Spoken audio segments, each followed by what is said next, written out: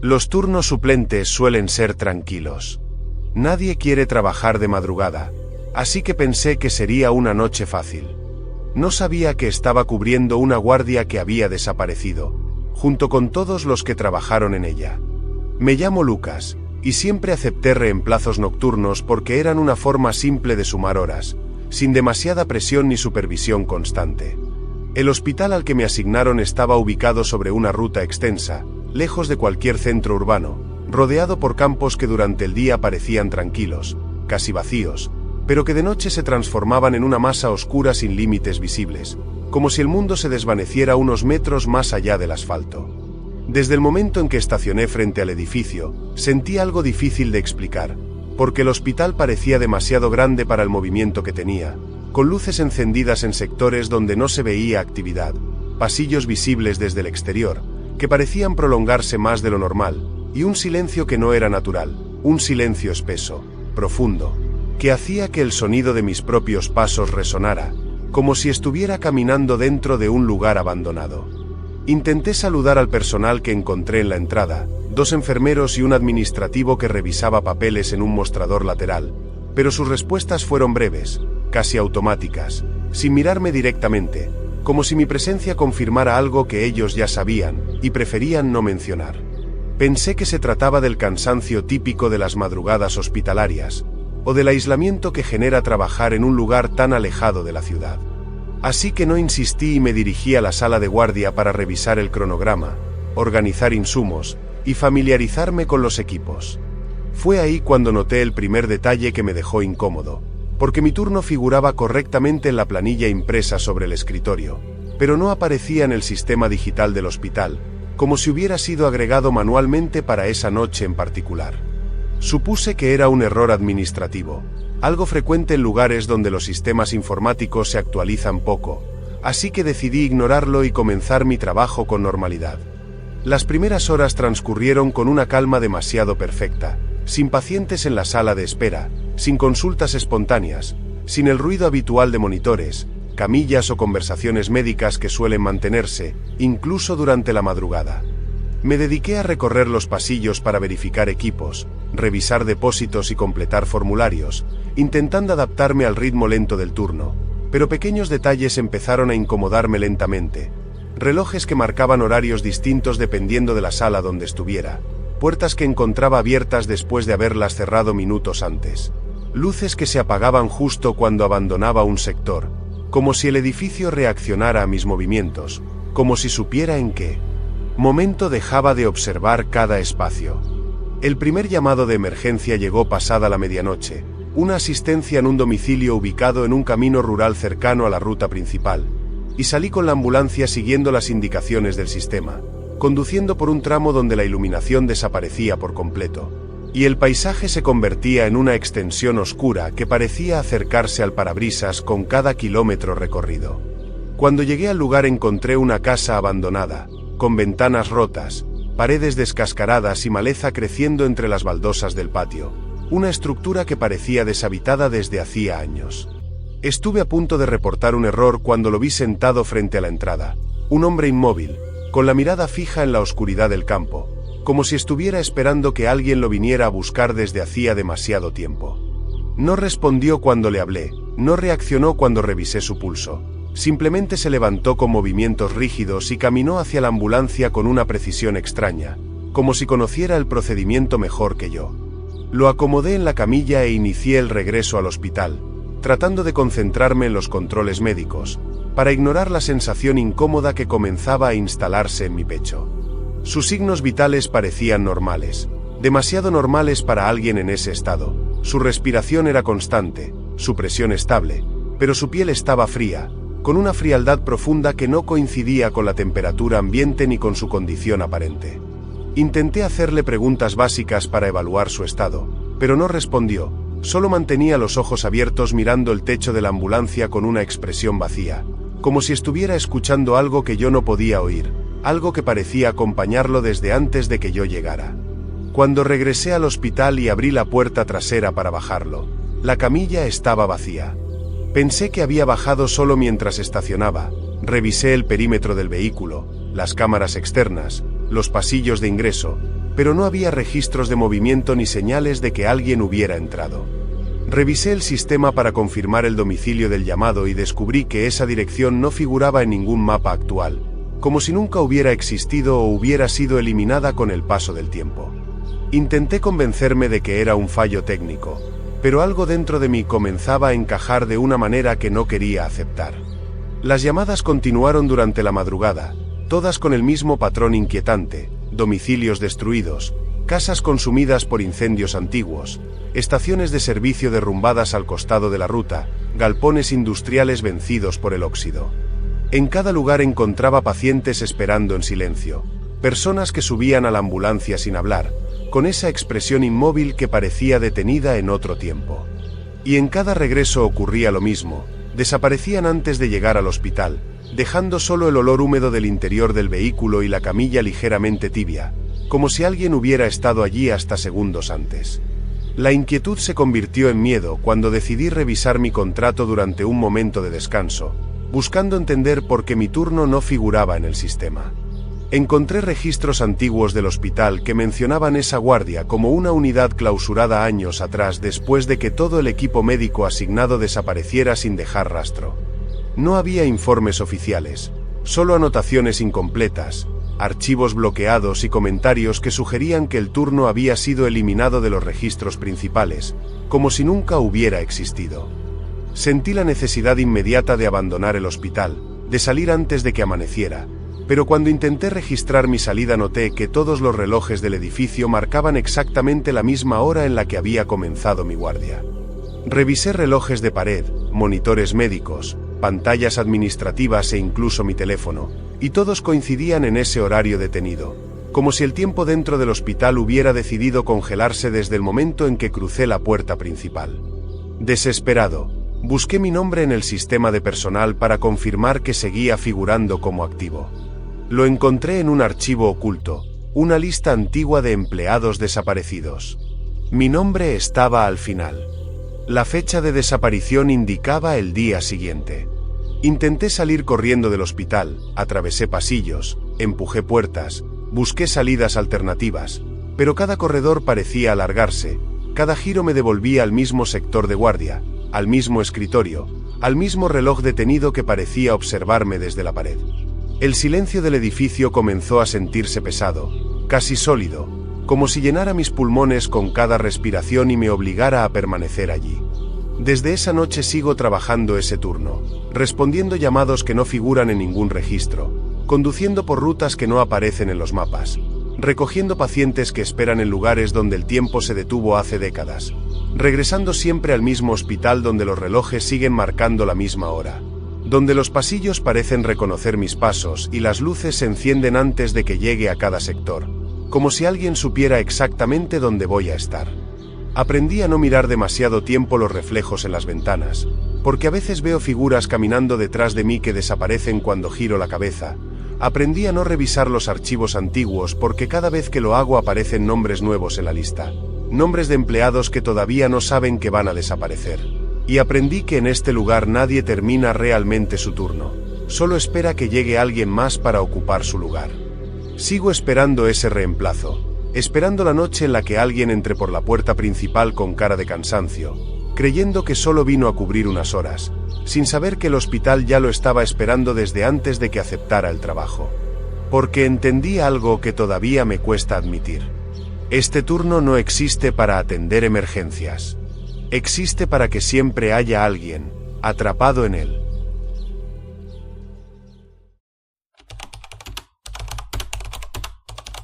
Las rutas de madrugada tienen un silencio distinto, uno que hace que cualquier sirena suene más fuerte y que cada kilómetro parezca más largo de lo normal.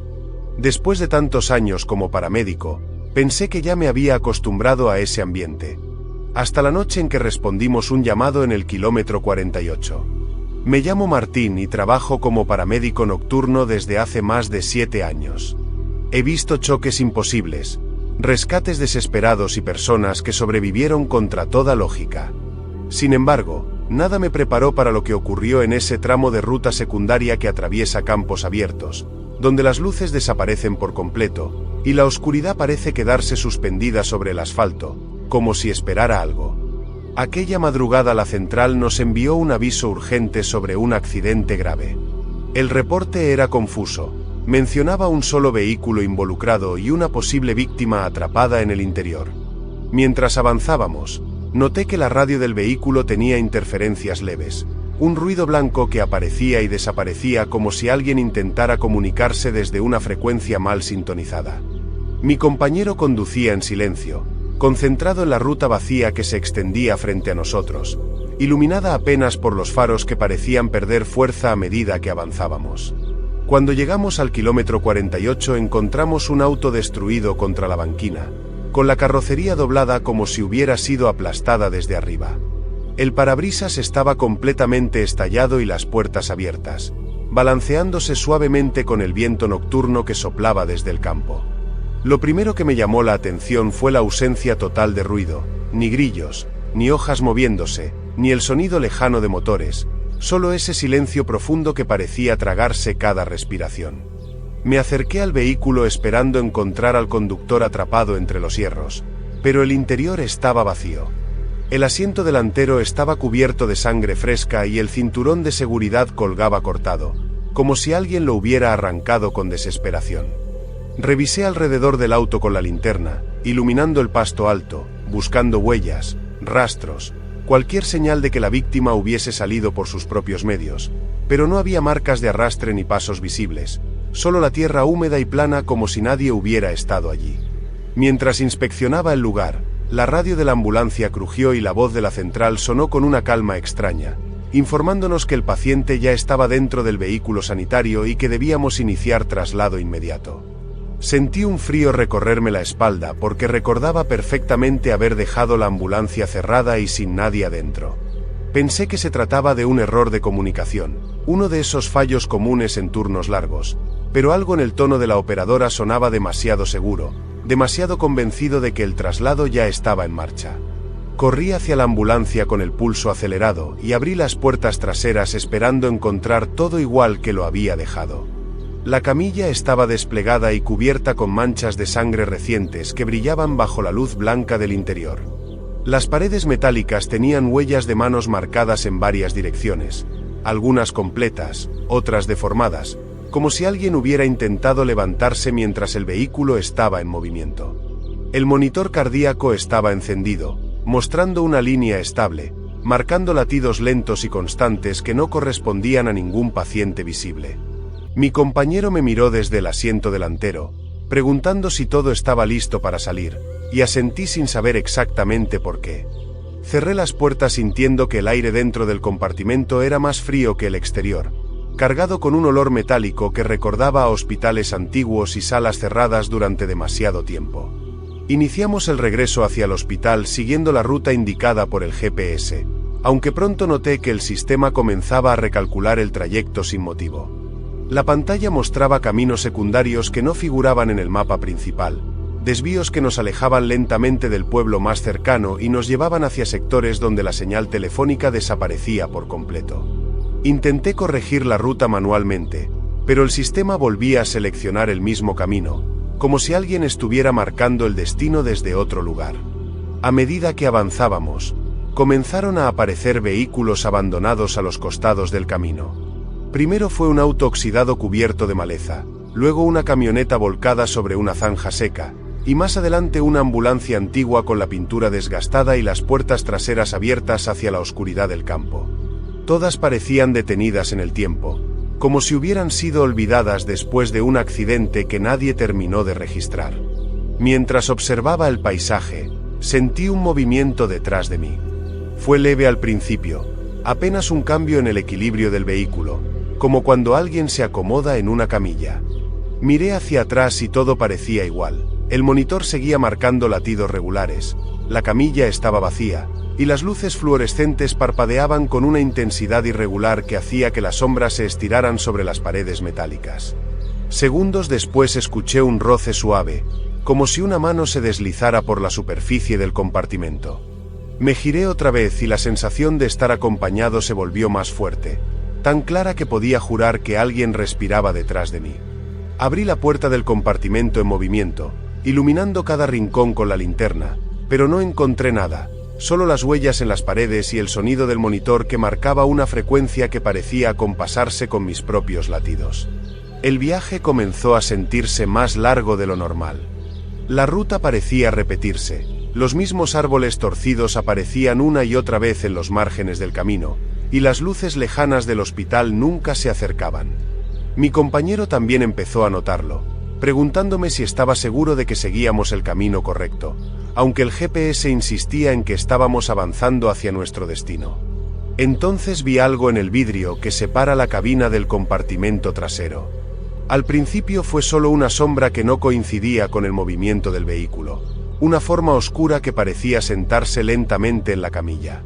Me quedé inmóvil observando el reflejo, sintiendo como el aire dentro de la ambulancia se volvía más pesado, más húmedo, como si estuviéramos conduciendo dentro de un espacio cerrado que no pertenecía a la ruta. La silueta no se movía, solo permanecía allí, inclinada hacia adelante, observándome con una quietud que resultaba más perturbadora que cualquier gesto violento. Intenté girarme para verla directamente, pero algo dentro de mí me detuvo, una sensación instintiva que me decía que si rompía ese reflejo, si confirmaba su presencia, el viaje ya no tendría regreso. El monitor cardíaco comenzó a acelerar lentamente, los pitidos se volvieron más frecuentes, y el sonido llenó todo el compartimento hasta mezclarse con el ruido del motor. Sentí que la ambulancia reducía la velocidad por sí sola, aunque mi compañero no tocaba el freno, y el GPS marcó un punto final en medio de la ruta, un destino que no correspondía a ningún hospital ni a ningún pueblo cercano. En ese momento las luces del tablero titilaron, la radio emitió un susurro distorsionado que no lograba convertirse en palabras, y el vidrio frente a mí reflejó la silueta levantándose de la camilla con movimientos lentos, pesados, como si cada articulación recordara con dificultad cómo moverse. No sé cuánto tiempo pasó después de eso. Recuerdo despertar estacionado en la entrada del hospital, con el motor apagado y la camilla limpia, como si nunca hubiera transportado a nadie. Mi compañero aseguraba que el viaje había sido normal, que habíamos llegado sin inconvenientes, y que yo me había quedado en silencio durante todo el trayecto, mirando fijamente hacia el compartimento trasero. Intenté convencerme de que todo había sido producto del cansancio, del estrés acumulado y de las noches interminables, pero desde ese día comencé a notar cosas que no puedo explicar. Cada vez que paso cerca del kilómetro 48, la radio del vehículo pierde señal durante unos segundos, el GPS tarda en recalcular y el aire dentro del auto se vuelve frío, incluso en pleno verano.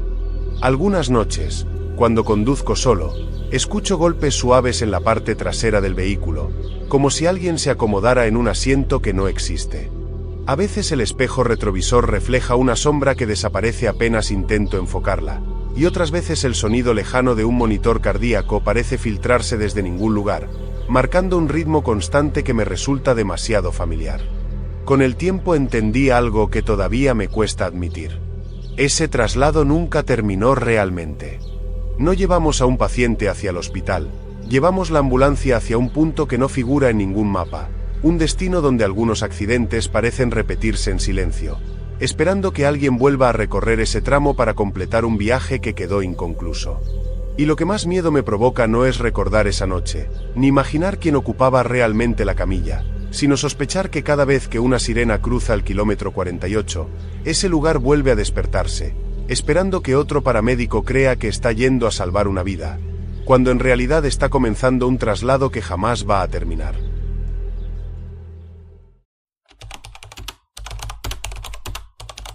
Trabajar como paramédico te obliga a entrar en la vida de las personas en su peor momento. Uno aprende a moverse entre el caos sin hacer demasiadas preguntas, hasta que aparece un caso que te deja claro que no todo lo que rescatamos quiere ser salvado.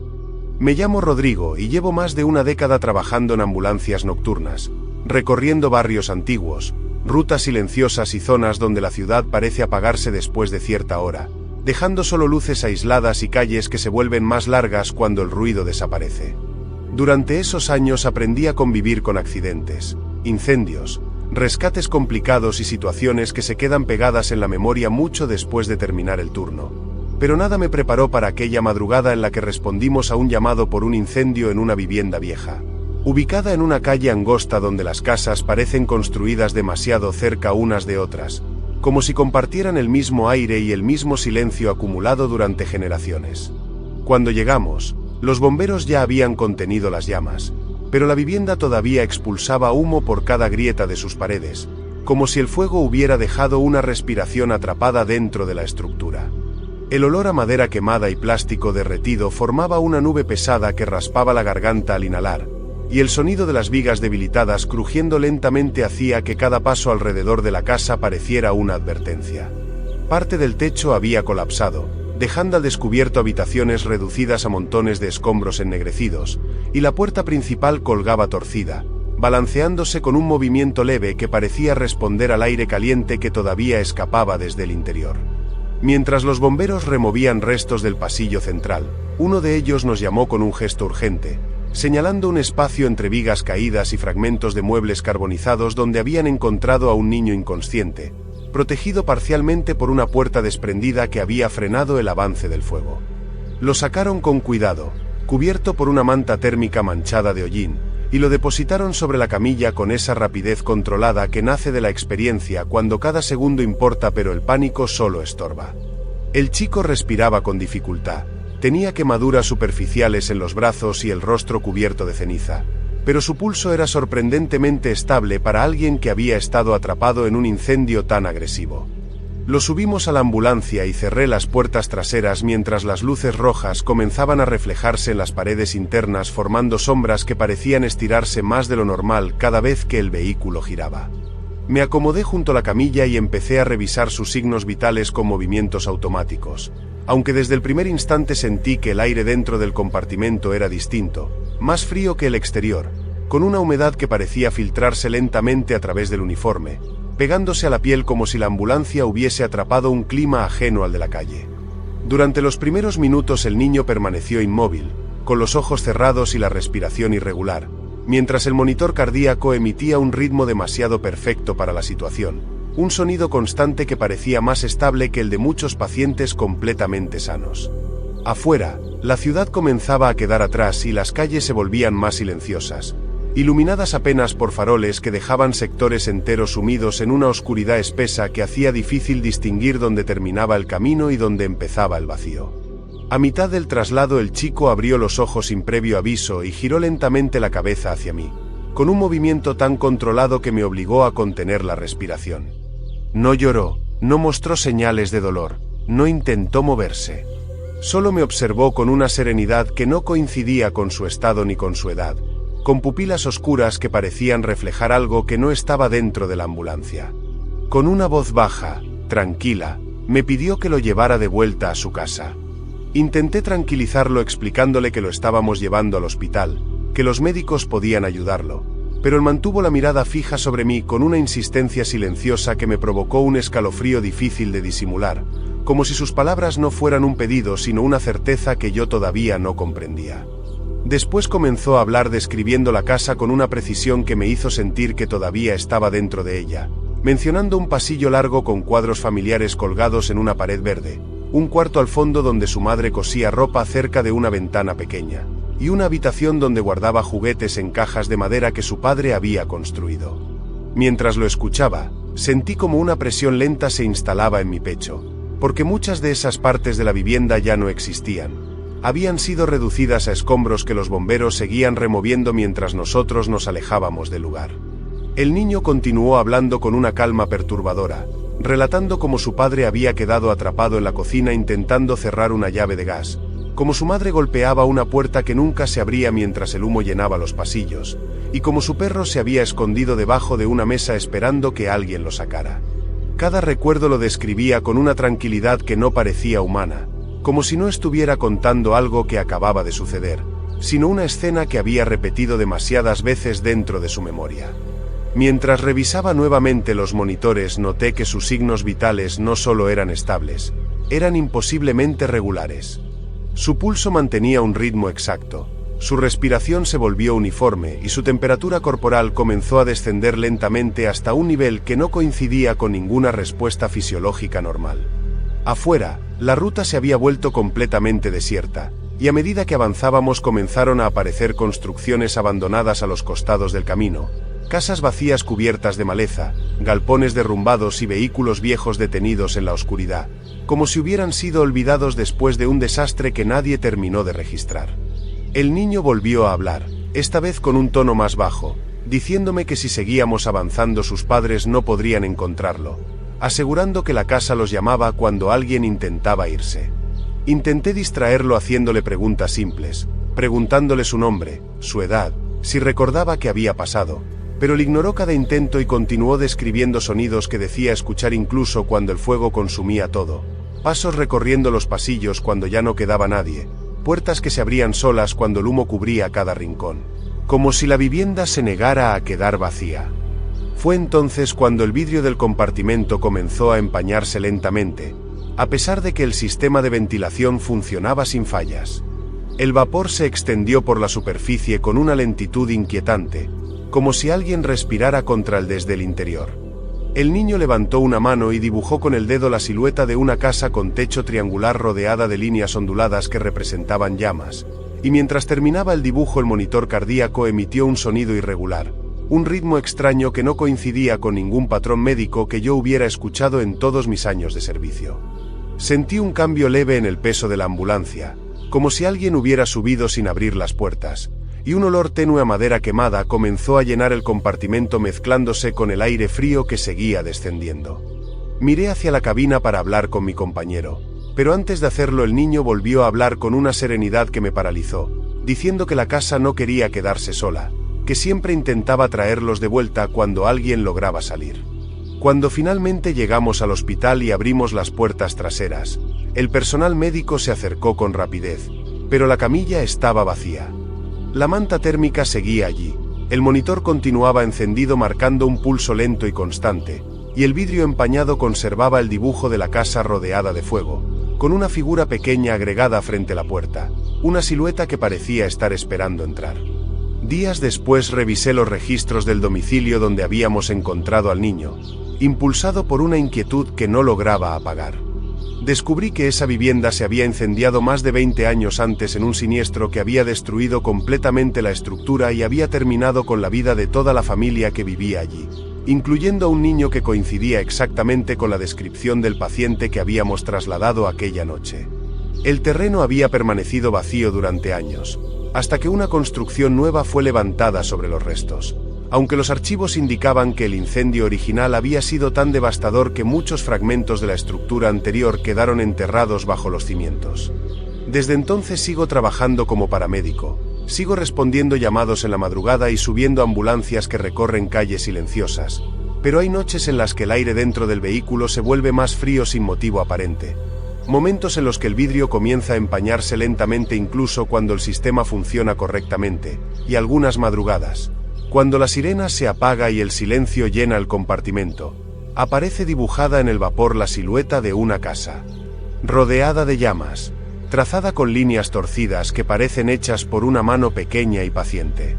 Y lo más inquietante no es pensar en aquel incendio ni en el niño que encontramos entre los escombros, sino entender que hay lugares donde el fuego no destruye todo, solo abre una puerta para que algo permanezca atrapado, esperando que alguien vuelva a escucharlo.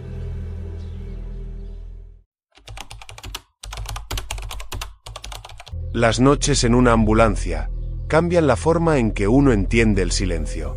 Cuando la ciudad se apaga, las rutas quedan vacías y el sonido del motor se vuelve el único acompañante. Uno empieza a sentir que hay lugares donde los traslados no siempre terminan en un hospital, y donde algunos pacientes parecen estar viajando hacia algo que nadie puede explicar. Me llamo Tomás y trabajo como paramédico nocturno desde hace casi 10 años. He visto accidentes imposibles.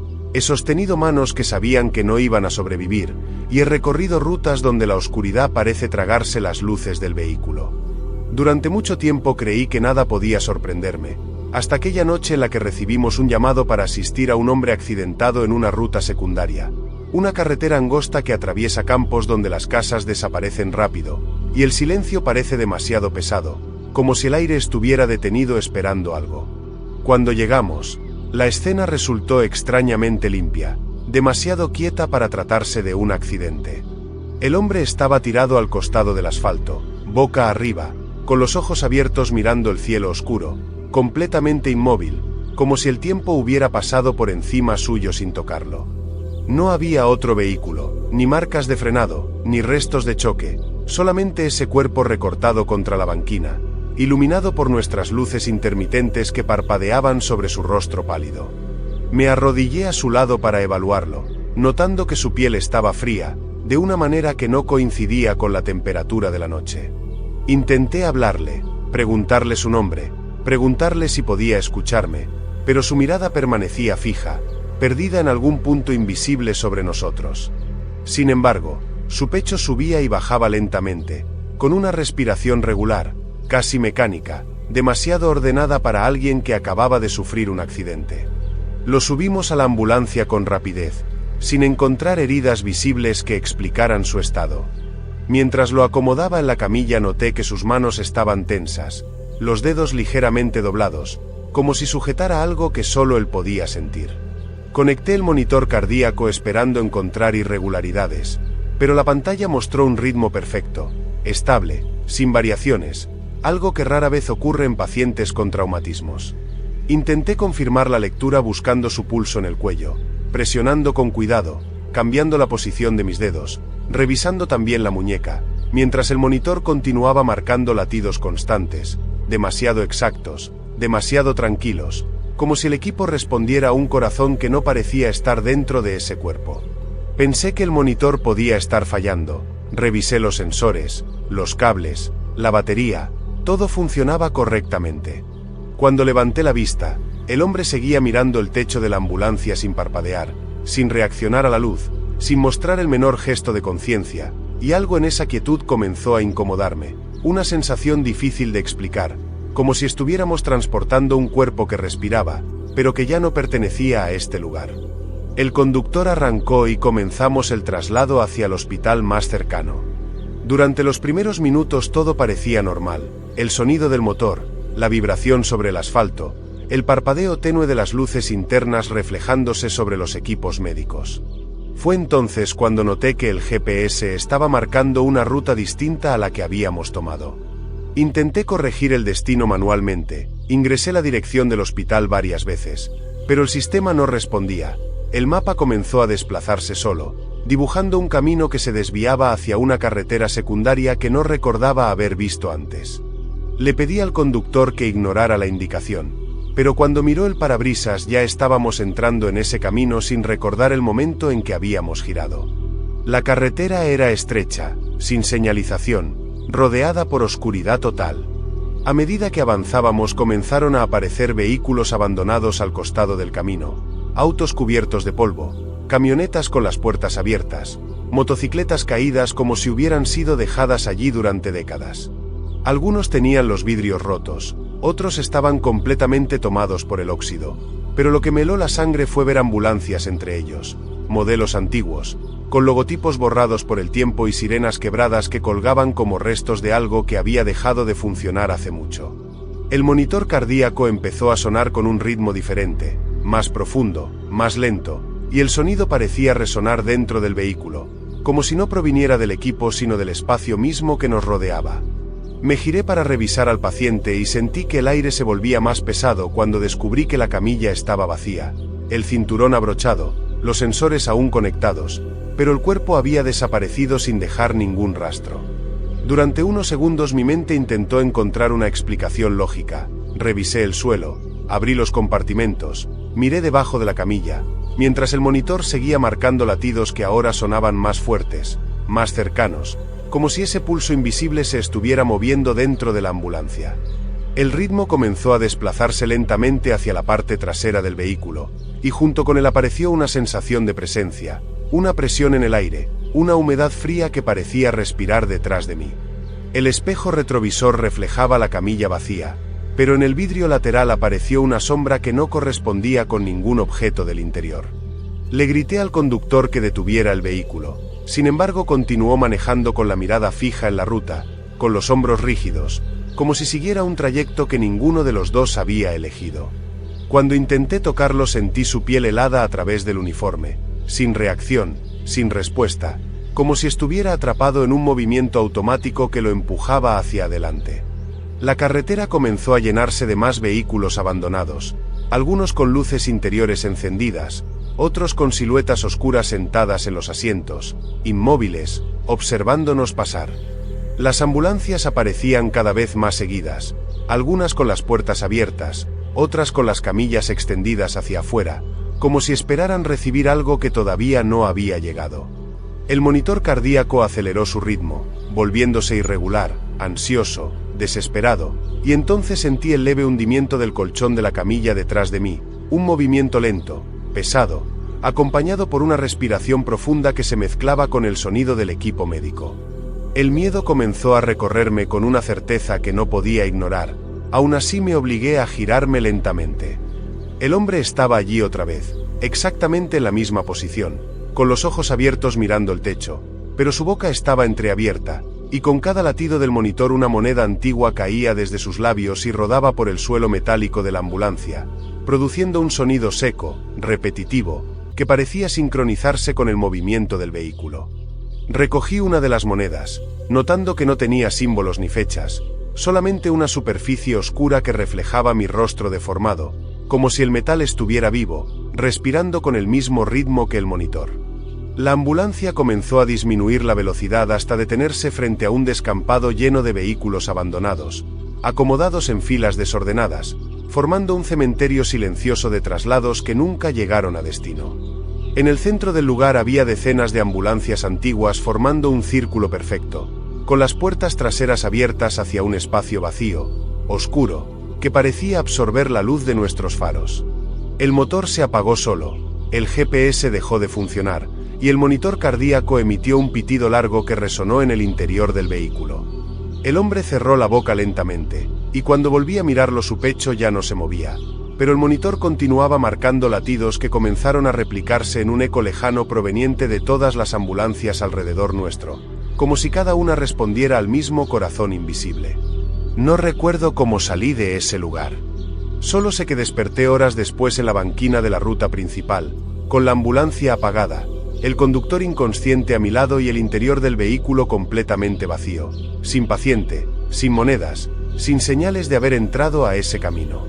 El monitor, sin embargo, seguía encendido, marcando un ritmo lento, constante, que no correspondía a ninguno de nosotros. Desde esa noche sigo trabajando, sigo recorriendo rutas vacías, sigo escuchando el sonido familiar de los equipos médicos acompañando cada traslado, pero algo cambió para siempre dentro mío. Hay momentos en los que el pitido del monitor parece extenderse más allá de la ambulancia, recorriendo los pasillos del hospital, los estacionamientos desiertos, las calles dormidas de la ciudad, y en esos instantes siento nuevamente esa presencia, esa humedad en el aire, esa certeza de que algo invisible sigue caminando al ritmo de ese latido que no pertenece a ningún cuerpo. Lo más aterrador no es recordar al hombre que recogimos aquella noche, ni el camino que no figuraba en el mapa, ni el cementerio de ambulancias olvidadas. Lo más aterrador es entender que ese traslado nunca terminó, que el destino al que aquel paciente quería llegar sigue existiendo en algún punto entre las rutas vacías, esperando que alguien complete el recorrido. Porque hay noches en las que el GPS vuelve a desviarse solo, marcando un camino que nadie programó. Hay noches en las que los monitores comienzan a latir antes de que subamos a un paciente. Y hay momentos, cuando la ambulancia atraviesa tramos completamente desiertos, en los que el espejo retrovisor deja ver una silueta inmóvil ocupando la camilla, observándome, esperando. Esperando a que, tarde o temprano, el traslado continúe, y esta vez, tal vez, sea yo quien deba ocupar la camilla cuando finalmente lleguemos al destino que nadie logra abandonar.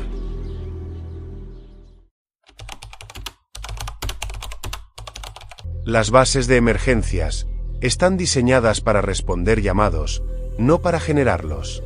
Todo se registra, todo se controla, todo tiene un responsable. O al menos eso creí durante años. Me llamo Esteban, y durante mucho tiempo trabajé supervisando turnos nocturnos, en una base de emergencias médicas, ubicada en las afueras de la ciudad, un complejo silencioso rodeado de galpones industriales y calles que, después de la medianoche, parecían quedarse suspendidas en un vacío extraño donde el ruido desaparecía por completo.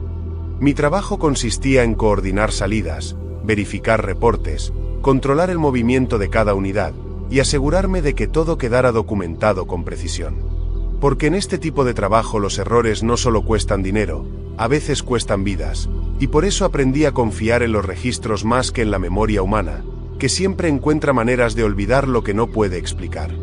El primer indicio apareció como un detalle menor, una ambulancia que figuraba como activa en el sistema cuando ningún equipo la había solicitado. Pensé que era un error administrativo, algo habitual cuando los turnos se superponen o cuando alguien olvida cerrar sesión en el sistema, pero al revisar el historial encontré algo que no encajaba. La unidad había salido de la base, había recorrido varios kilómetros y había regresado horas después, todo registrado con la precisión de un traslado real, incluyendo tiempos de respuesta, duración del servicio y regreso al garaje, aunque nadie recordaba haber conducido ese vehículo. Decidí revisar las cámaras de seguridad esperando encontrar una explicación simple, tal vez un conductor que olvidó reportar la salida, o algún técnico realizando pruebas, pero lo que vi me dejó con una sensación que no supe nombrar en ese momento. La ambulancia estaba estacionada en su lugar, inmóvil durante varios minutos, hasta que sin previo aviso el motor se encendió solo, las luces delanteras parpadearon como si alguien probara los controles, y lentamente, el vehículo comenzó a moverse hacia la salida del garaje sin que nadie estuviera en la cabina.